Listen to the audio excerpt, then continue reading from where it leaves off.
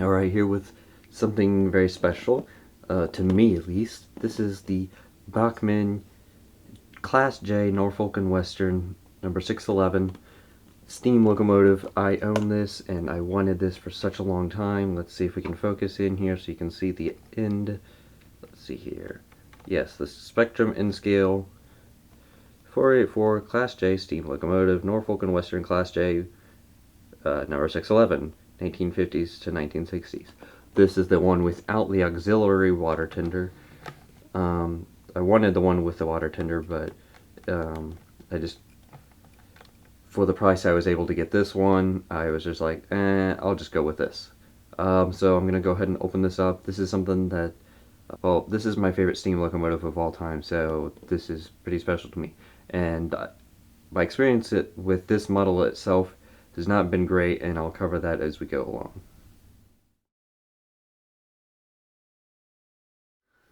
Alright, remove the top of this Bachmann packaging, this really long Bachmann packaging that, well, when I got it from Bachmann, well, got it back from Bachmann, which I'll explain later, it came in a cardboard box that was like perfect fit for it, so I assume Bachmann has their own boxes that are made for it, or maybe these boxes are made for it, I'm not sure.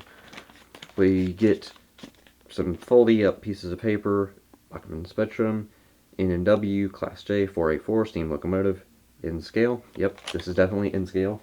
Not G scale, not HO scale, not double O scale, not Z scale, not any other scale. This is definitely in. And then there's also a 90-day warranty piece of paper and a warranty fill-out card thingy.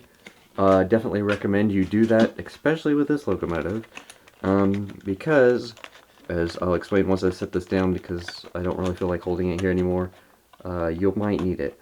So you just pry apart these two bits here. There's two, well, there's an under cradle, and then there's like a lid for the cradle. Take that off. Nice shiny paint job. The plastic. Beat it over, lay it down, pick it up awkwardly, turn it around, and we'll sit it down here on the track. Alright, let me preface this by saying this locomotive is beautiful. It has a die-cast metal body, which combined with the paint makes it look very, very shiny.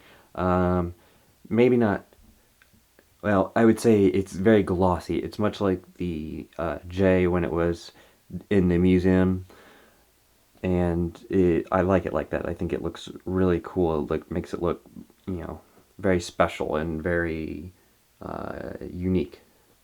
And I know a lot of people like weathering because most locomotives, most anything railroad related is not very clean, or at least not for very long. And I think that Bachmann did a very good job with this. Bachmann get hated on a lot for dubious quality details, and as far as details go, this is really, really nice, and it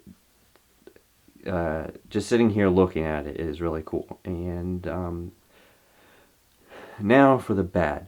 The bad thing about this locomotive is when I got it, it was pretty good, except for something you might be able to notice. Let's see if we can zoom in here.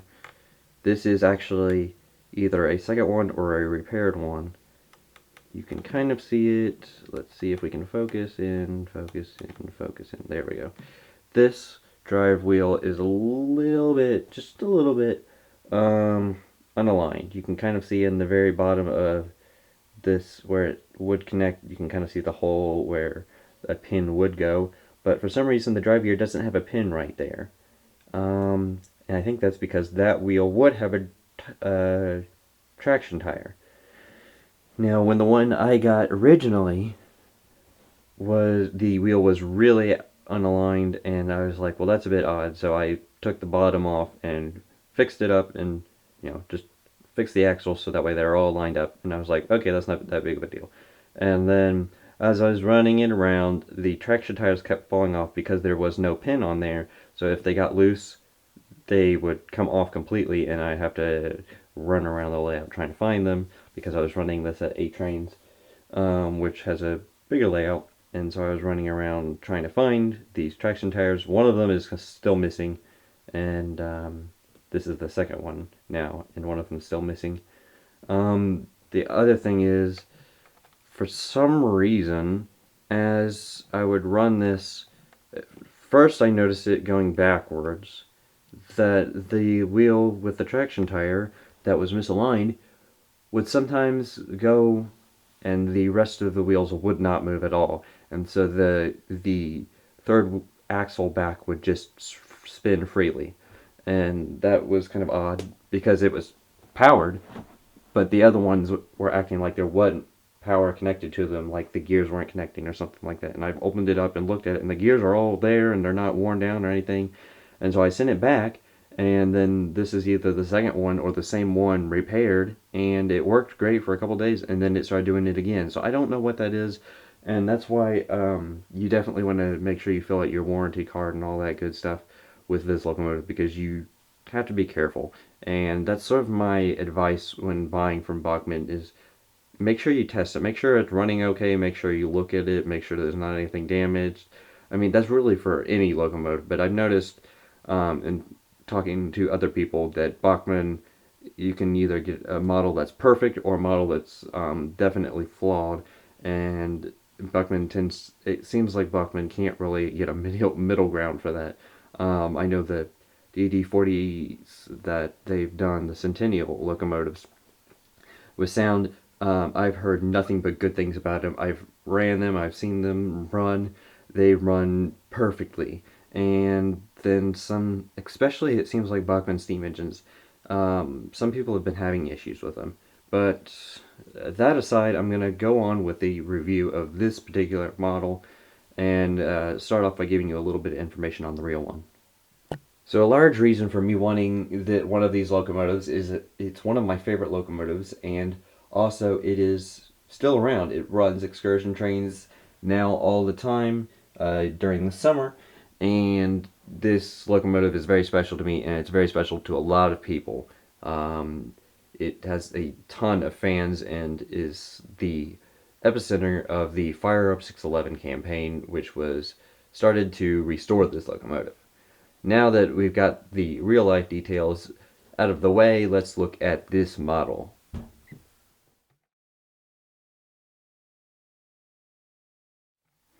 Starting off with the front of the locomotive, you can see the snowplow right up here. There is a little panel that can be removed via a screw that will allow you to attach a coupler to the front if you want to double head it, and 2 Rapido couplers are included in the packaging, one for the front and one for the back. Then there is this fine wire handrail going along here, as well as along the front, the nose of the locomotive. That is one of the staples of this locomotive.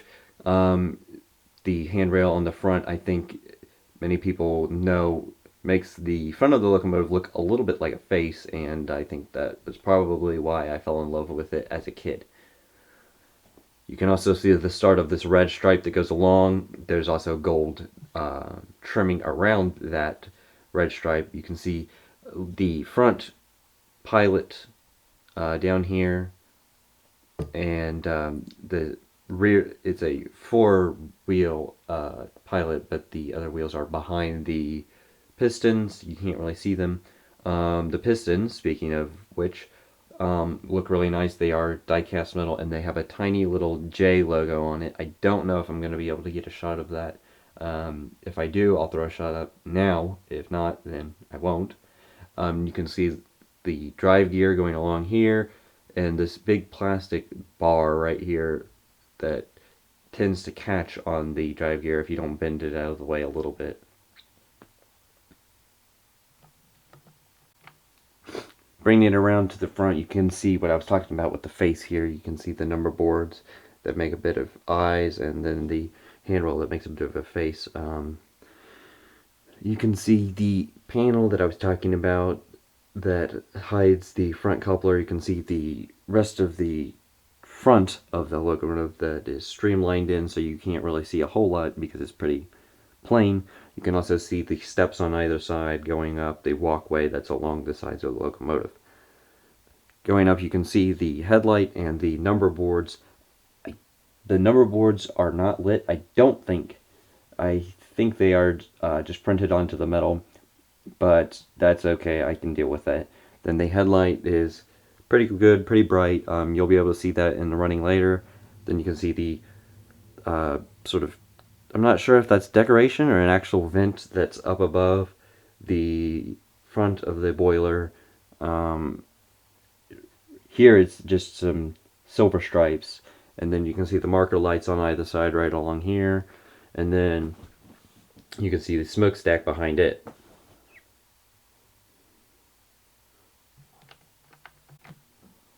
Continuing along, you can see the driver wheels right here with the drive gear. The drive gear looks really good when it works. Like I've said, it tends to either get caught on this bit of plastic or this wheel will spin freely and the drive gear just sits there, which means all the wheels are just sitting there. Above that, you can see the 611 number. I think right here you can see the 611 number. I will put on the screen what the other numbers available are. I know there are other numbers, but I can't remember them on the top of my head. You can see the handrail going along here, and then you can see what I assume is probably where the dome is at the very tip of the dome. You can see a small little circle with rivets, and then in front of that is the whistle and the bell. And then behind here and up here, there's some other cast-in details. And now back to the cab. You can see the cab window that's right here outlined in red. It's open, so the part behind it, well, behind it as far as facing the locomotive, you can see the second, well, the hole right here is actually a hole. There's no plastic piece in there. It's like the window was slit up. And then you can see a tiny little handrail right here, and then there is a window in front of that. Below that, you can see the firebox and the rear truck. The rear truck is kind of annoying because it's, well, because of how it's connected to the body, but it works. And then you can also see some other separately applied detail down here that's plastic. On top of the cab, you can see there are roof vents up here that are cast in, but they're open, so that's not too bad. And then you can see the start of the tender.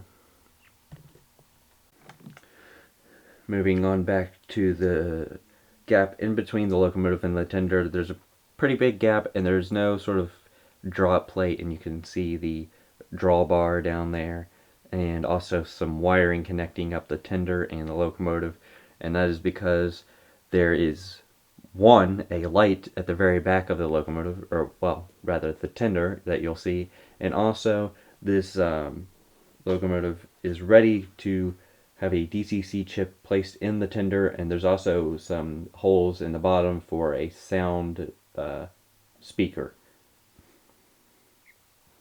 Continuing along, you can see this circle panel right here that's got rivets holding it in, and then you can see the Norfolk and Western logo, well, at least the start of it, and then a small handrail right here. There's handrails on each corner. They're both, well, they're all separately applied. They are very nice and shiny and metallic.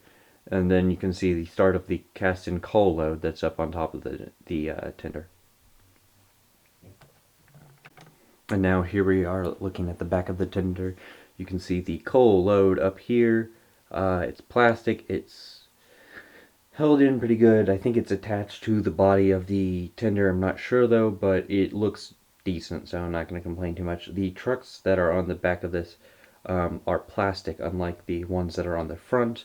On the locomotive itself, they are metal, but back here on the tender, they're plastic, and they're actually very plain, and they actually look very much out of place because they're not nearly as high quality as the rest of the locomotive, or the tender, to say at least.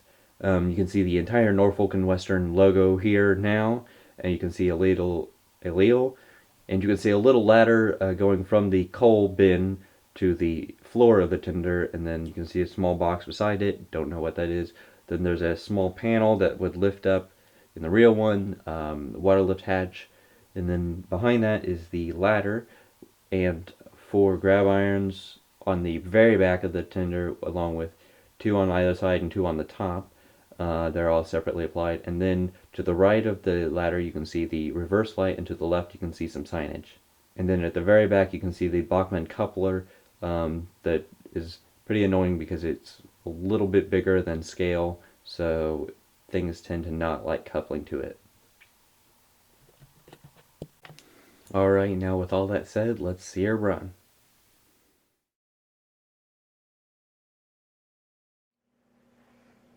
Alright, here she goes. And I don't know if you'll be able to see the headlight, but there's a lit headlight on the front and on the back of the tender too, so you'll be able to see those when we're running it.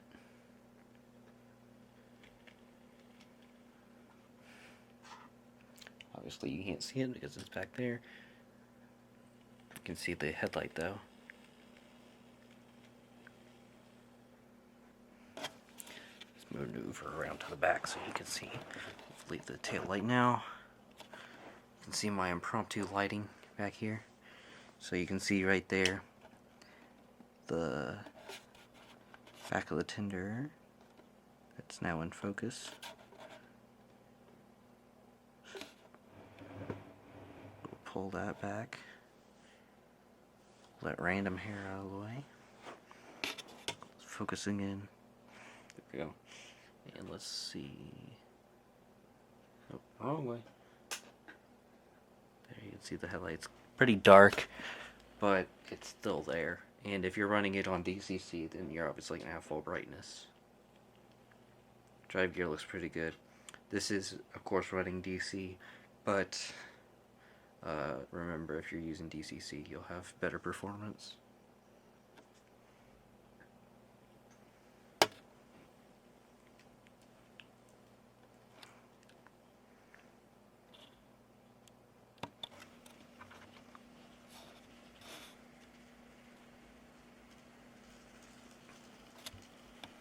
Alright, now let's give her a little bit of a run around here. I don't have any Norfolk and Western passenger cars, so I'm just going to use some Amfleets. They do have lighting kits in them, but they're just Amtrak cars. The only company I know of that makes Norfolk and Western cars is Concor, and I don't have a way of getting them right now. So you got the Amfleets, and then there's also a Norfolk and Western boxcar that I threw in there because it's Norfolk and Western. All right, let's go.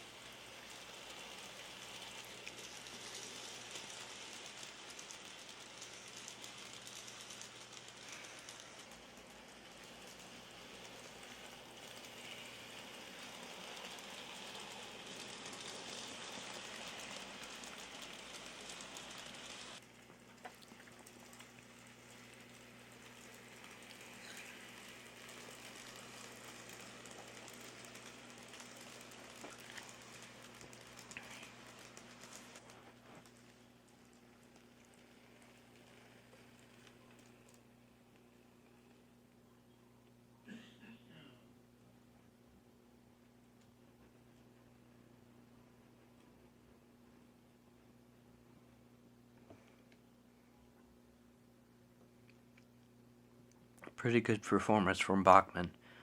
You know, sometimes when you get Bachmann engines, especially um, steam engines, there's sometimes some problems, and I certainly had some problems, but now, I mean, this thing runs pretty much flawlessly.